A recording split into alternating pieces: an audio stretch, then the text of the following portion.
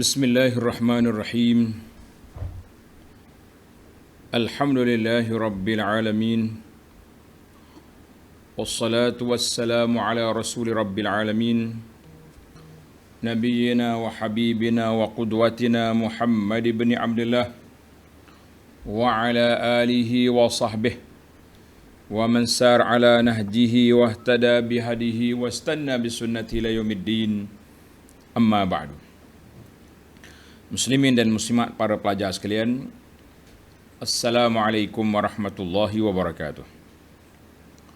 Alhamdulillah, kita panjatkan kesyukuran kepada Allah Azza wa Jalla kerana dengan limpah kurnia Allah kita dapat meneruskan pengajian kita dalam kitab Riyadhus Salihin. Riyadhus Salihin bab yang ke-129, Babu adabil majlisi wal jalis. Bab adab duduk dalam majlis, wal jalis, dan duduk bersama dengan orang. Sama ada dia majlis ataupun tidak majlis, dalam masjid ke dalam surau. Adab majlis dan adab jalis. Jalis tu cara kita duduk dengan orang. Nak angkat kaki macam mana, nak letak tangan di mana, itu semua ada adab dan protokol. Sambungan kita pada kali ini di hadis yang ke-828. Tuan-tuan tengok hadis yang ke-828, hadis Salman Al-Farisi radhiyallahu anhu, iaitu adab Nabi kita sallallahu alaihi wasallam larang daripada memisahkan di antara dua orang. Orang duduk dua orang, tiba-tiba kita mari duduk di celah. Itu dipanggil memisahkan. Para pelajar tengok hadis yang ke-828. Wa an Abi Abdullah Salman Al-Farisi radhiyallahu anhu qala Rasulullah sallallahu alaihi wasallam la yaghtasilu rajulun yawmal jumu'ati wa yatatahharu mastata'a min tuhrin wa yaddahinu min duhnihi aw yamassu min tibi baitihi thumma yakhruju fala yufarriq baina ithnaini thumma yusalli ma kutiba lah thumma yunsitu idza takallama al-imam illa ghufira lahu ma bainahu wa bainal jumu'atil ukhra, rawahul Bukhari. Maksud dianya daripada Salman Al-Farisi. Salman Al-Farisi ini masyhurlah kan, seorang sahabat yang mengembara, lama pengembaraan dia nak jumpa Nabi sallallahu alaihi wasallam, sehinggalah dia bertemu dan dia masuk Islam. Salman kata apa? Rasulullah sallallahu alaihi wasallam bersabda, hadis ini tuan-tuan boleh tanda hadis adabul Jum'ah, adab hari Jumaat. Nabi kata apa? Tidaklah seorang lelaki mandi pada hari Jumaat lalu bersuci. Yaghtasilu rajul, mana mandi? Dia mandi wa yatatahharu mastata'a min tuhrin, kemudian bersuci, mana ambil taharah, bukan mandi biasalah, mandi dengan sabunnya, dengan mandi sungguh kata orang, bukan mandi kerbau ke mandi kambing, maksud jenis mandi celuk-celuk. Kemudian dia bersuci pula, mana berwuduk lah. Mastata'a, seboleh mungkin dia cuba sucikan diri dia. Wa yaddahinu min duhnihi, dan dia juga yaddahinu min duhnihi, dia pakai minyak rambut, Tengok dalam terjemahan ni banyak dia tinggal. Tambah satu lagi yang ada kitab tu, yaddahinu min duhnihi, ini maknanya orang ada rambut pakai minyak rambut biar comel.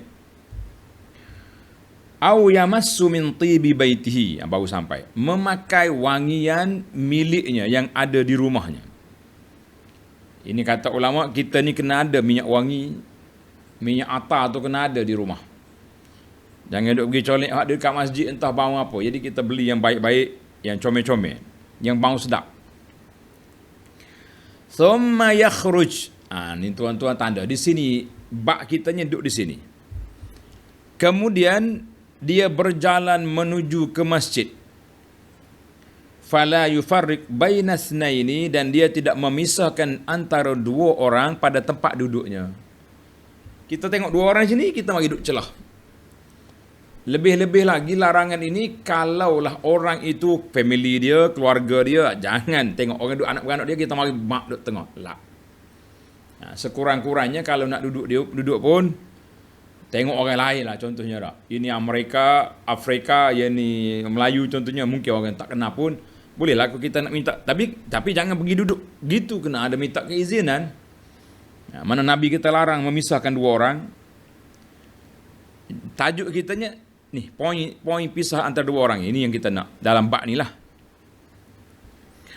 Lalu dia solat sunat seperti mana yang dianjurkan baginya, solat dan diam setelah khatib ada atas mimbar berkhutbah, dia diam mendengar khutbah. Apa dia dapat? Kata di para ulama, pakej ni kena lengkap. Illa ghufira lahu ma bainahu wa bainal jum'atil ukhra, nascaya dia akan diampunkan dosa-dosanya di antara Jumaat ini sehingga Jumaat akan datang. Hadis ini sahih dalam Bukhari. Jadi para pelajar sekalian, kita sudah belajar dalam siri yang lepas larangan daripada melangkah tengok orang. Kita nak pergi depan, kita langkah. Ana sudah sebut dalam siri yang lepas, orang yang boleh melangkah ini beberapa orang. Yang pertamanya, kalau imam nak pergi ke tempat solat dia, tak ada jalan, dia boleh minta laluan lah. Bukan langkah mana atas kepala orang lah, kita minta laluan, kita nak pergi. Ataupun soh kosong depan, di belakang ni dekat pintu ni biasanya jam, boleh kita langkah. Ataupun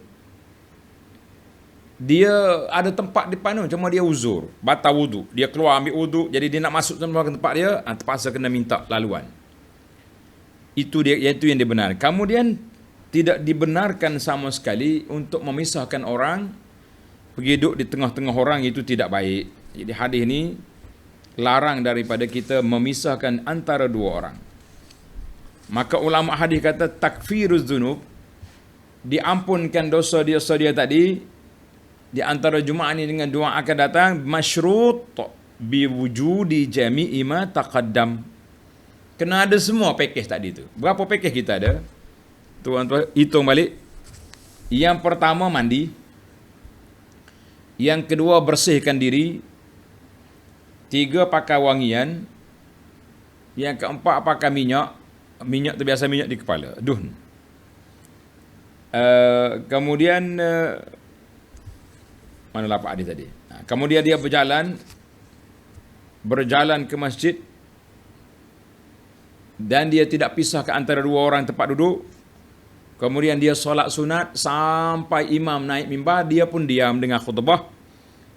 Orang ni baru dapat dia punya kelebihan yang tersebut. Jadi itu dia panggil package. Nak dapat kelebihan ni ikut SOP. Bahasa sekarang lah SOP. Baik para pelajar sekalian, kita pindah pula kepada hadis yang ke-829.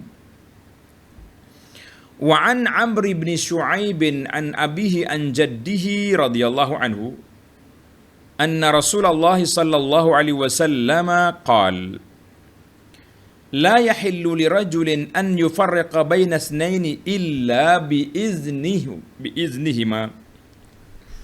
Rawahu Abu Daud wa Tirmizi wa qala hadisun hasan. Maksudnya daripada Amr bin Shu'aib an abihi an jaddihi, dari bapaknya, dari datuk dia, bahawa Rasulullah sallallahu alaihi wasallam bersabda, seseorang tidak boleh memisahkan tempat duduk antara dua orang kecuali dengan izin kedua-duanya. Baru kita boleh duduk. Hadis ni riwayat Abu Daud. Kata di bi isnadin hasan. Wa fi riwayat la yajlis baina rajulaini izna bi iznihima. Tidak boleh seorang duduk antara dua orang kecuali dengan izin kedua-duanya.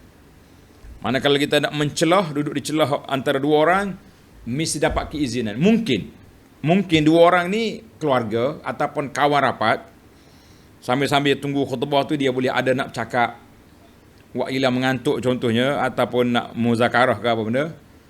Bila kita minta izin, mungkin dia akan beri ruang sebelahnya. Mana dua orang ni akan rapat duduk, mu ambil sini. Menarik kan tu? Kalau tak ada tempat lain lah, kalau tidak ada tempat lain. Sepanjang hidup saya ni, di Malaysia ni tak jumpa macam ni. Biasanya kita jumpa dia ni Masjid Haram. Masjid Haram Mekah ke Madinah ke, Allah. Kita pergi awal, selesa lah duduk. Sandar kat tiang. Ada ruang. Oh, dekat nak solatnya, mari orang langkah atas kepala, duduk situ. Nak kata apa? Kadang-kadang dia tak pisah kita tu, dia duduk di tengah-tengah. Antara dua jarak sah tu, duduk situ. Habis kalau orang komat nanti, ruang memang full penuh, macam mana kita nak rokok? Nak sujud macam mana? Macam-macam lah berlaku. Pengalaman duduk di Mekah, kerana itu Ana lah, kalau di Madinah tu Ana suka duduk di belakang tiang. Kita akan ambil ruang, depan tu tak ada orang, tak boleh duduk dah. Barulah agak lebih harmoni. Kalau kita pergi awal lah, kalau kita pergi lambat juga, kita cari tempatnya. Allahul Musta'an. Yang pentingnya jaga, jangan pisah ke antara dua orang, dan jangan langkah kepala orang.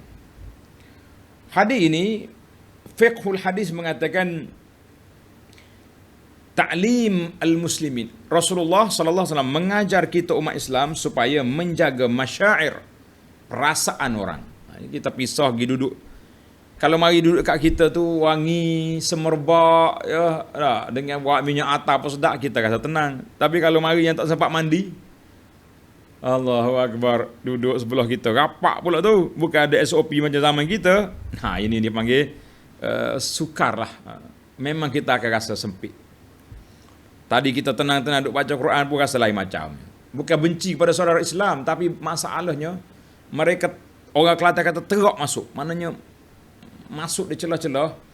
Dia pula bawa bauan yang tidak selesa. Kita kata sangat, iyalah, kita kena jagalah perasaan orang tu. Dan kalau orang duduk bercakap dua orang, hadis ni juga menunjukkan kalau orang sedang bercakap dua orang, kita jangan potong. Tunggu kejap. Kecuali kita motor sangat terdesak, kita nak pergi cepat ni. Tuan, minta maaf. Dengan izin tuan berdua, saya nak tanya sepatah, jalan ke mana? Ni.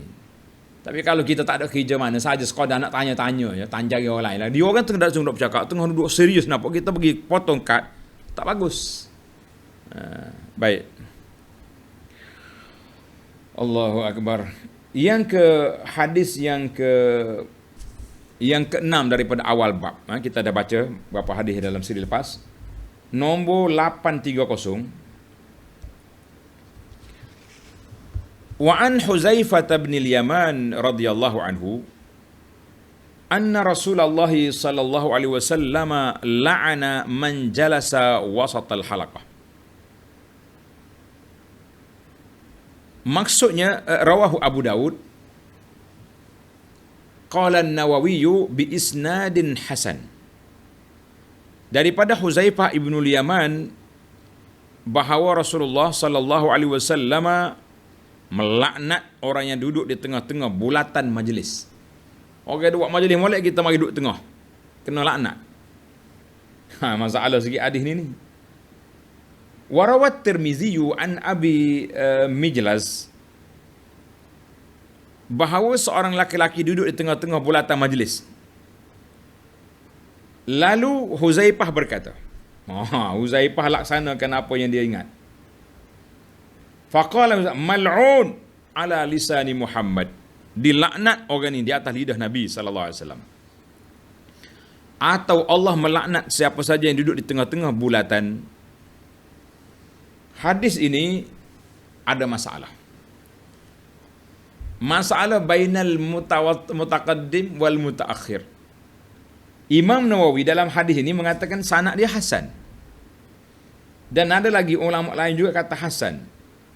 Tetapi muhaqqiqin al-mu'asirin, ulama-ulama semasa yang mengkaji Riyadhus Salihin dan juga kaji hadis Tirmizi ini, seperti Syekh Syuaib Arnaud mengatakan fihi inqita'. Hadis ni sanad dia terpotong. Maka Syekh Nasiruddin juga kata sedemikian. Muhaqqiq kita ni juga Syekh Abi Usama Al-Hilali juga mengatakan dhaif. Hadis yang sampai peringkat laknat orang duduk tengah-tengah ni. Laknat ni dosa besar. Kalau kata laknat ni dosa besar. Sebab apa dia katakan sanad inqita'? Lianna Aba Mijlas, nama dia Lahik bin Humid, lam yasma' min Huzaifah. Itu punca dia. Cuma kita ihtiram lah apa yang disebut oleh Imam Nawawi. Tapi dari sudut kita nak letak hukum agak sukar. Siapa kita duduk bolak gini, tiba-tiba orang main duduk tengah, laknat orang ni. Berat tu. Laknat ni biasanya dosa besar. Jadi adakah sampai begitu sekali? Sebab itulah ulama hadis kata, hadis ini la yuhtajju bihi li dha'fihi. Eloklah kita tak boleh gunakan dia kerana lemah dia nak banding dengan hadis lain. Hadis dua orang tadi boleh duduk dengan izin. Jadi apa salahnya walaupun kita duduk likung dengan gini, kalau ada orang mari, memang dia tak ada tempat, full house, dia kata aku duduk sini. Jadi takkan sampai kena laknat. Jadi ini wallahu alam. Jadi panjang cerita dia. Yang pentingnya kesimpulan kitanya para pelajar sekalian, larangan duduk memisahkan antara dua orang. Itu yang sahih. Pisahkan tempat duduk antara dua orang illa biiznihima. Kecuali dengan izin kedua-duanya. Minta izin, kalau dia izin tak apa. Tapi ada kalanya izin tapi muka lain macam. Tuan, boleh saya duduk sini? Senyap, tak tahu. Syekh, najlis. Buat tak reti. Minta izin juga pun. Jadi, maknanya, kita nampak muka orang izin tak izin ni. Jadi kalau kita ada ruang untuk duduk di lain, cari tempat lain lah. Tapi kalau ruang memang tak ada, kalau nampak dia bagi keizinan untuk ambil yang zahir ya, jangan duduk korek yang batin. Payah kita korek yang batin ni. Kita kadang-kadang suka mengorek-ngorek, kalau sampai tak boleh nak buat. Baiklah.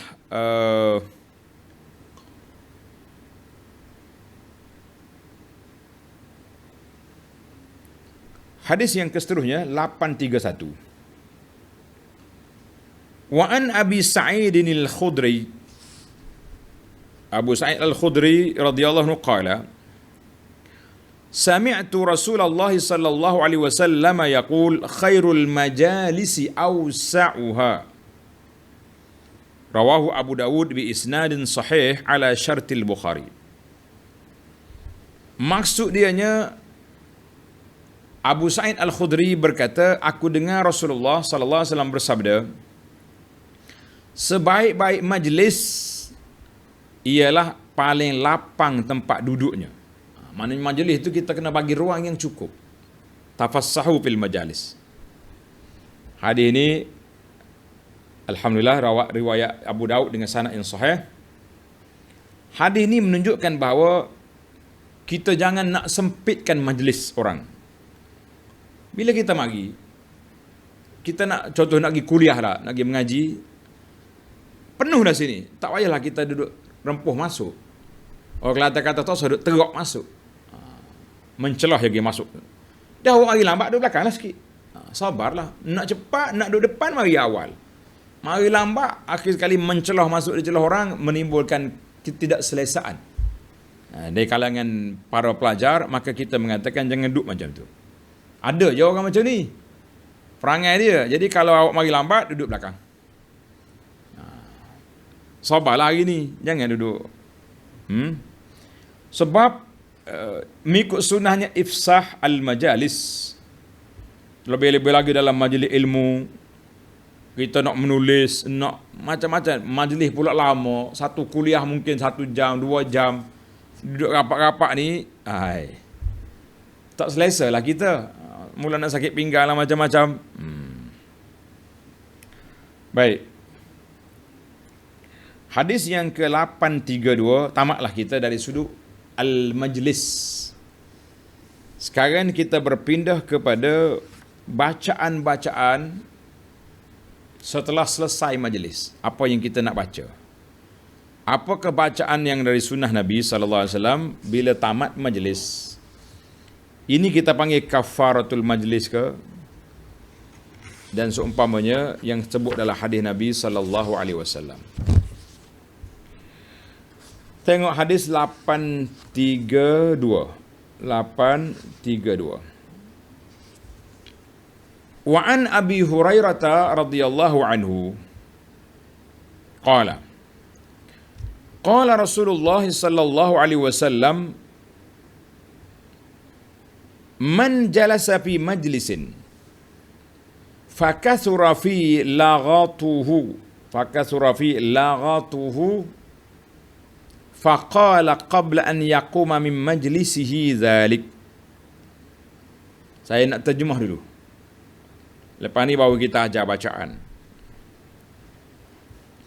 Dari Abu Hurairah radhiyallahu anhu, dia berkata, Rasulullah sallallahu alaihi wasallam bersabda, sesiapa yang duduk dalam satu majlis, kita duduk dalam majlis, kathura fi laghatuhu, banyak bergurau senda dalam majlis, ketawa gitu, suka, tuan-tuan kena tanda sini, laghatuhu bukan mengumpat, happy-happy, suka-suka, main-main, gurau-gurau. Kalau mengumpat, kena taubat, itu dosa besar. Bukan padan dengan baca doa ni je. Faqala qabla an yaqum. Nabi kata sallallahu alaihi wasallam, lalu sebelum dia bangkit, selesai majlis sebelum kita bangun, meninggalkan majlis, dia mengucapkan bacaan ini. Ikut semua bacaan. Yang ada kita ikut, yang tak ada kita, cuba tuan-tuan tengok perisai Muslim, tajuk dia Kafaratul Majlis. Ini bacaan di akhir majlis. Ikut semua. Bagi jemaah yang ada kitab Riyadhus Salihin, cari nombor hadis, nombor 832. 832. Tak kira versi mana pun, biasanya nombor ni tak lari banyak. Kalau beza mungkin 1-2. Perbezaan nombor. Sebab dia ikut muhakkik. Kita baca doa ni. Ikut. Subhanakallahumma wa bihamdika. Ashhadu an la ilaha illa anta. Astaghfiruka wa atubu ilaik. Tutup kurungan. Pelajar-pelajar di kitab tanda bermula daripada Subhanakallahumma wa bihamdika. Asyhadu an la ilaha illa anta astaghfiruka wa atubu ilaik. Tutup kurungan. Baca semula hadis. Illa ghufira lahu ma kana fi majlisihi dzalik. Nabi sallallahu kata, nescaya diampunkan dosa yang dilakukan selama dia duduk dalam majlis itu. Hadzal hadis rawahu Tirmizi wa qala hadisun hasanun sahih. Hadisun hasanun sahih. Ini dia panggil, para jemaah sekalian, kita panggil kafaratul majlis. Kafaratul majlis. Mana kalau majlis kita ni lara, suka-suka, lawak-lawak gitu, insya-Allah dengan kita baca doa ni terhapuslah tadi. Tapi kalau awak mengumpat orang, makan orang, tak padan dengan basuh ni. Kena istighfar, dia ada SOP dia lain pula ni. Dia ada prosedur membasuh dosa. Bukan dengan tak padan dengan sekadar, kalau kita mengumpat orang, kita fitnah orang, kemudian kita baca doa kafar majlis selesai, sedaplah. Mula teragama orang, kemudian kafarah lah. Kafarah dia ada label dia jugalah. Ada tahap dia. Baik. Itu bacaan yang pertama, kemudian bacaan yang kedua sama juga. Baiklah. Ada yang tak puas hati dia tu, Ustaz tak baca terjemahan. Tengok terjemahan dalam kitab ni. Subhanakallahumma wa bihamdika. Maha suci engkau ya Allah, dan dengan memujimu. Asyhadu an la ilaha illa anta. Aku bersaksi bahawa tiada Tuhan yang berhak disembah melainkan engkau ya Allah. Astaghfiruka wa atubu ilaik. Aku memohon ampun dan bertaubat kepadamu. Itu bacaan kita. Nabi kata illa ghufira lahu ma kana fi majlis zalik, nascaya diampunkan dosa yang dilakukan selama duduk dalam majlis itu. Alhamdulillah, mana ada ruang lah. Sebelum kita balik rumah tu kita basuh dulu. Sabun dulu, kan? Sanitizer dulu ke apa. Selesai masalah. Baik, bacaan yang kedua. Para pelajar cari hadis nombor 833. Nombor 833. Wa an Abi Barzah radhiyallahu anhu qala kana Rasulullah sallallahu alaihi wasallam yaqulu bi akharatin la yaqulu bi akharatin idza arada an yaquma min al majlis. Tengok terjemahan pula. Hadis yang kedua ni riwayat Abu Barzah. Abu Barzah. Barzah. Yang kata Barzah, Barzah tu alam lain. Abu Barzah, ta bulat, zai ta. Dia berkata, apabila Rasulullah sallallahu alaihi wasallam hendak bangkit untuk meninggalkan suatu majlis, majlis Nabi ini sudah pasti tidak ada maksiat,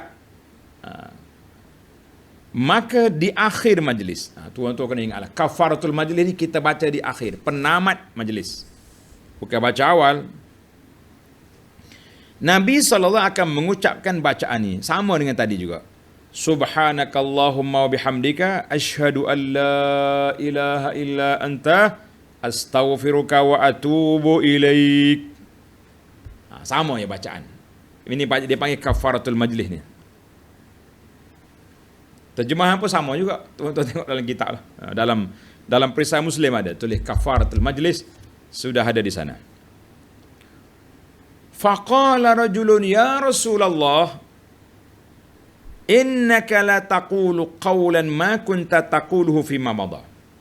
Jadi ada seorang sahabat yang dengar ni, dia bertanya, dia kata, ya Rasulullah, sesungguhnya Tuhan mengucapkan suatu ucapan, suatu perkataan yang tidak biasa dibaca pada waktu sebelum ni. Sebelum ni kami tak dengar pun Nabi baca doa ni. Ini. Maka kata Nabi sallallahu alaihi wasallam, qala zalika kaffaratun lima yakunu fil majlis.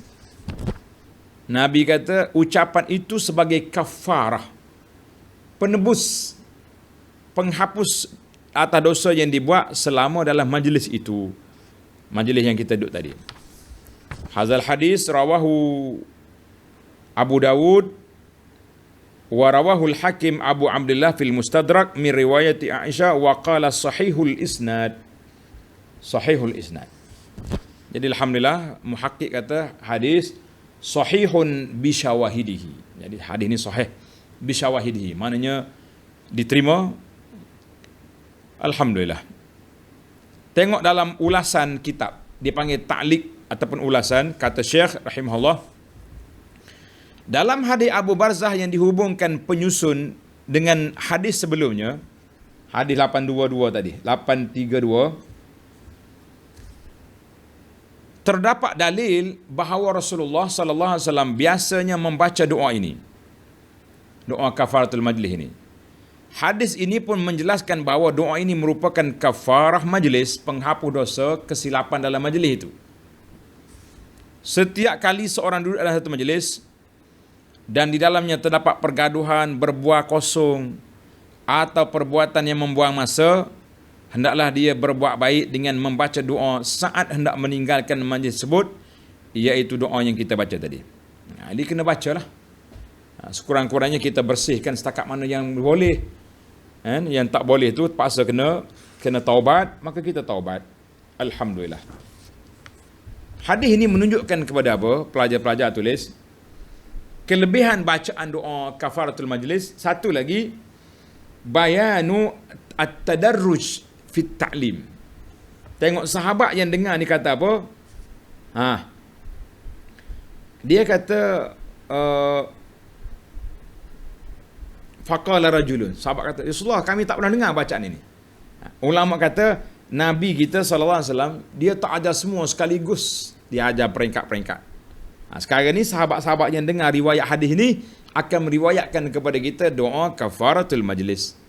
Kita kata jazakumullahu khaira para sahabat yang telah menukilkan kepada kita bacaan ini. Baik. Tak boleh lama-lama di sini, ada lagi 2-3 hadis. Hadis yang ke-834, Ani bin Umar radhiyallahu anhuma qala qallama kana yaqumu min majlis kana Rasulullah sallallahu alaihi wasallam yaqumu min majlisin hatta yad'u biha ula'id da'awat. Tuan-tuan tanda ni. Kata di Ibnu Umar, jarang sekali Rasulullah sallallahu alaihi wasallam bangkit dari suatu majlis sebelum daripada Nabi baca doa ni. Panjang doa ni tuan-tuan. Ana baca sekali. Tuan-tuan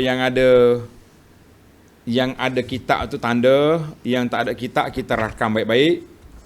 Kalau boleh dikeluarkan rakaman ini, bacaan-bacaan di akhir majlis, kan? Sahabat-sahabat kita yang boleh ringkaskan video ni menarik. Kita tulis bacaan di akhir majlis. Nabi baca apa? Ikutlah, kita ambil berkat bacaan sekali. Allahumma qsim lana min khasyatik ma tahulu bihi bainana wa baina ma'asik wa min ta'atika ma tuballighuna bihi jannatak wa min al-yaqini ma tuhawwinu bihi alayna masa'ibad dunya. Allahumma matti'na bi asma'ina wa absarina wa quwwatina ma ahyaytana waj'alhu al-waritha minna waj'al tha'rana 'ala man zalamana wansurna 'ala man 'adana wa la taj'al musibatana fi dinina ولا تجعل الدنيا أكبر همنا ولا مبلغ علمنا ولا تسلط علينا من لا يرحمنا. Menarik ni doa ni. Doa ni cantik. Doa Nabi ni semua cantik tuan-tuan. Bahasa dia indah, makna dia sangat mendalam. Baik, saya baca makna terjemahan. Nabi kata apa? Ya Allah, berikan kepada kami rasa takut kepadamu. Kita rasa khasyah, takut, gerun kepada Allah Azza wa Jalla, iaitu rasa takut yang dapat menghalang kami daripada berbuat maksiat kepadamu. Bila kita takut, kita tak akan buat maksiat. Kita tahu Allah Ta'ala Maha berkuasa. Dan berikan kepada kami ketaatan kepadamu, iaitu sesuatu yang dapat menghantarkan kami ke syurgamu. Allahu Akbar. Serta berikan juga kepada kami keyakinan yang dapat meringankan kami menghadapi cubaan dunia yang menimpa kami. Ya Allah, berikanlah kami kenikmatan dengan pendengaran, penglihatan dan kekuatan kami selama Engkau masih menghidupkan kami. Mana kita nak telinga kita ni biar dengar baik-baik, dengar yang baik, tak mau dengar benda maksiat, dengar kuliah, dengar ceramah, dengar nasihat. Kemudian penglihatan mata kita pula, mata nak jadi mata lebah, bukan mata lalat mencari keburukan orang. La, cari yang baik-baik. Dan tenaga yang kita ada ni, kita bagi tenaga kita ni, kita nak gunakan untuk kebaikan selagi kita hidup. Dan jadikanlah semua itu sebagai warisan kepada kami. Berikanlah balasan kepada, tengok, yang tadi kita minta untuk kita, ini kita nak balas balik orang tak baik. Dan berikanlah balasan kepada orang yang membuat penganiayaan kepada kami. Tolonglah kami dalam menghadapi musuh-musuh kami.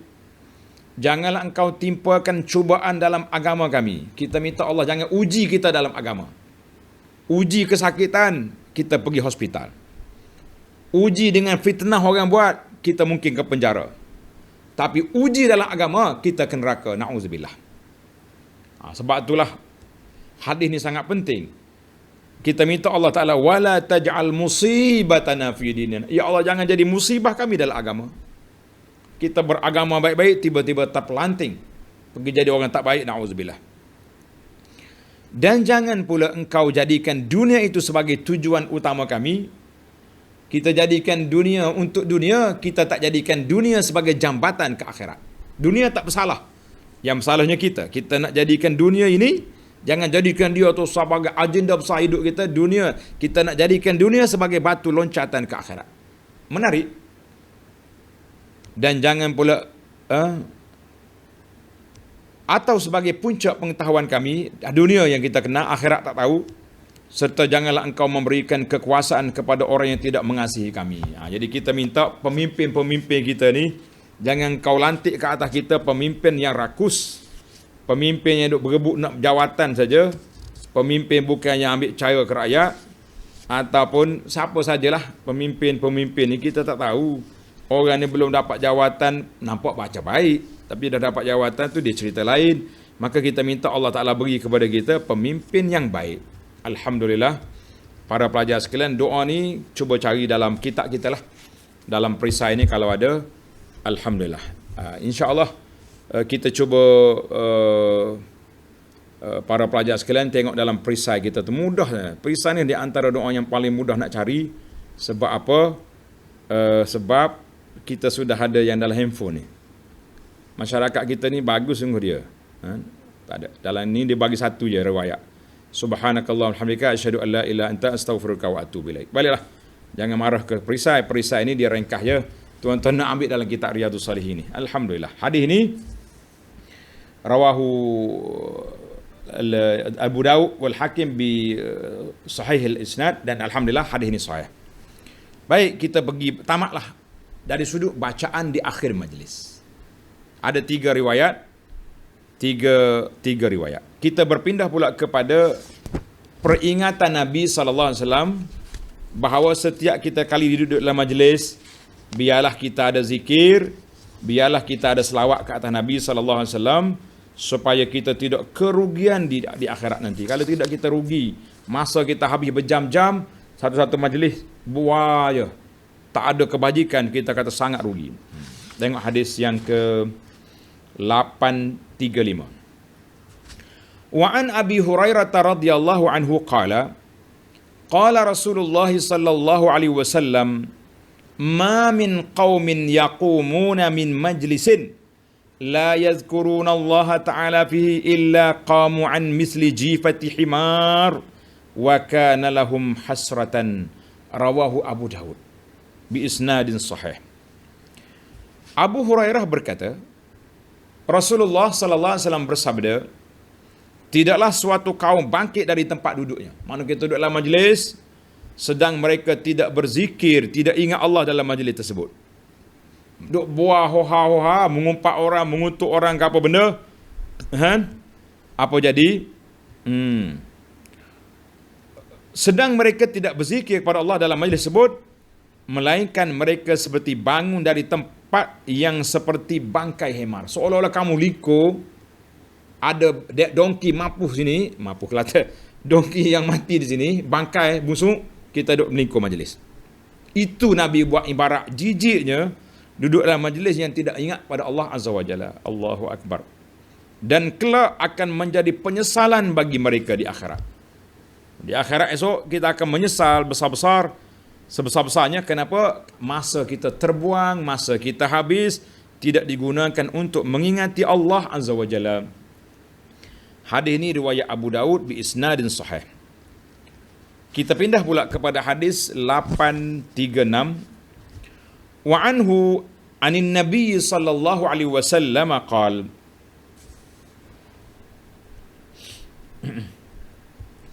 ma jalasa qaumun majlisan lam yazkuru Allah ta'ala fihi wa lam yusallu ala nabiyyihim fihi illa kana ala nabiyyihim tiratun fa in syaa'a 'adzabahum wa in syaa'a ghafara lahum. Rawahu Tirmizi wa qala hadithun hasan. Daripada Abu Hurairah radhiyallahu anhu, sabda Nabi sallallahu alaihi wasallam, tidaklah suatu kaum itu duduk dalam satu majlis yang mereka tidak berzikir kepada Allah dalamnya dan tidak pula membaca selawat. Tambah satu lagi. Hadis yang pertama tadi zikir je, selawat tidak ada. Kita duduk diam dia, kita selawat Allahumma salli ala Muhammad wa ala ali Muhammad. Selawat. Banyak-banyak selawat. Allahu Akbar. Kalau tak selawat ke atas nabinya sallallahu alaihi wasallam, melainkan mereka akan mendapati kerugian. Kerugian jika Allah menghendaki dia menyeksa mereka, dan jika Allah menghendaki dia akan mengampuni mereka. Kata di Tirmizi, hadisun hasan. Hadisun hasan. Alhamdulillah. Hadis ini sahih. Jadi dua dah kita, dua bacaan. Doa dalam majlis tidak ingat kepada Allah, tidak berzikir. Doa dalam majlis tidak selawat ke atas Nabi sallallahu alaihi wasallam. Rugi ke tidak? Sangat rugilah. Kenapa kita tak ambil masa? Ni kadang-kadang kita dengar nama Nabi pun tak selawat. Duduk yoya-yoya, huha-huha kata orang, dengan nama Nabi tak ingat. Allahumma salli ala Muhammad sallallahu alaihi wasallam. Rugi kita. Baiklah para pelajar sekalian. Hadis yang terakhir dalam bab kita ini, hadis yang ke-837. Wa anhu an Rasulillah sallallahu alaihi wasallam, man qa'ada maq'adan lam yazkurillaha ta'ala fihi kanat alaihi minallahi tiratun. Minallahi tiratun. Wa man ittaja'a madja'an la yazkurullaha ta'ala fihi kanat alaihi minallahi tiratun. Rawahu Abu Daud. Allahu Akbar. Maksud dianya, daripada Abu Hurairah, Rasulullah sallallahu alaihi wasallam bersabda, sesiapa yang duduk dalam satu tempat duduk sedang dia tidak berzikir kepada Allah, maka dia akan mendapat kekurangan daripada Allah. Mana Allah kurang rahmat daripada Allah Azza wa Jalla. Nauzubillah. Kita sangat berhajat pada rahmat, tiba-tiba dapat kurang rahmat. Naqsun au tabi'ah, ataupun ada dosa kita dengan Allah kalau tidak berzikir ataupun pergi sebut nama orang sebagainya. Dan sesiapa yang berbaring, tidur, relax, sedang dia tidak berzikir kepada Allah, maka dia juga akan mendapat kekurangan daripada Allah Azza wa Jalla. Hadzal hadis rawahu Abu Daud. Alhamdulillah para pelajar sekalian, maknanya tiga isu lah kita dalam tajuk perbincangan kita untuk kali ini, tiga perkara. Perkara yang pertama, larang memisahkan antara orang tempat duduk dia, jangan kacau. Hadis yang kedua, bacaan di akhir majlis, bacaan kafaratul majlis di akhir majlis yang dibaca oleh Nabi sallallahu alaihi wasallam. Dan insya-Allah hadis 834 tadi, hadis Ibnu Umar yang kata Nabi kita sentiasa baca doa ni. Kita baca tuan-tuan doa ni, kita di akhir majlis kita ke, di akhir solat kita ke, apa majlis pun kita duduk baca nak doa ni. InsyaAllah admin kita akan keluarkan bitaqah ataupun poster doa yang hadis 834 ni insyaAllah. Baik para pelajar sekalian, kemudian kita pergi kepada tiga hadis yang terakhir. Alhamdulillah, tiga hadis yang terakhir ni bagi jemaah yang ada pimpinan Ar-Rahman, yang ada kitab Perisai Muslim, tuan-tuan tengok di muqaddimah. Muqaddimah dia tulis kelebihan zikir. Yang ada dalam handphone tu boleh tengok kelebihan zikir. Kita akan keluar hadis-hadis yang saya baca tadi dengan kelebihan zikir ni. Kita kata alhamdulillah sudah ada. Maq'adan majalasa qaumun ma min qaumi. Tiga hadis tadi ada di sini. Tuan-tuan boleh tengok dalam Perisai Muslim dan boleh tengok syarah kita kepada Perisai Muslim dalam beberapa versi, beberapa siri. Bahasa Kelantan ada, bahasa KL ada, bahasa luar-luar pun ada juga. Alhamdulillah, mudah-mudahan memberi manfaat kepada para pelajar yang sangat mencintai majlis ilmu, yang menyayangi majlis yang baik-baik ini. Kita kata alhamdulillah. Baiklah para pelajar sekalian, kita akhiri majlis kita. Kita beramal selalu akhiri majlis kita dengan subhanakallahumma wa bihamdika asyhadu an la ilaha illa anta astaghfiruka wa atubu ilaik. Kalau tuan-tuan perhati, memang ayat ni, bacaan ni lah yang saya akhiri majlis sentiasa. Kemudian kita selawat wa sallallahu ala nabiyyina Muhammadin wa ala alihi wa sahbihi ajma'in. Walhamdulillahi rabbil alamin.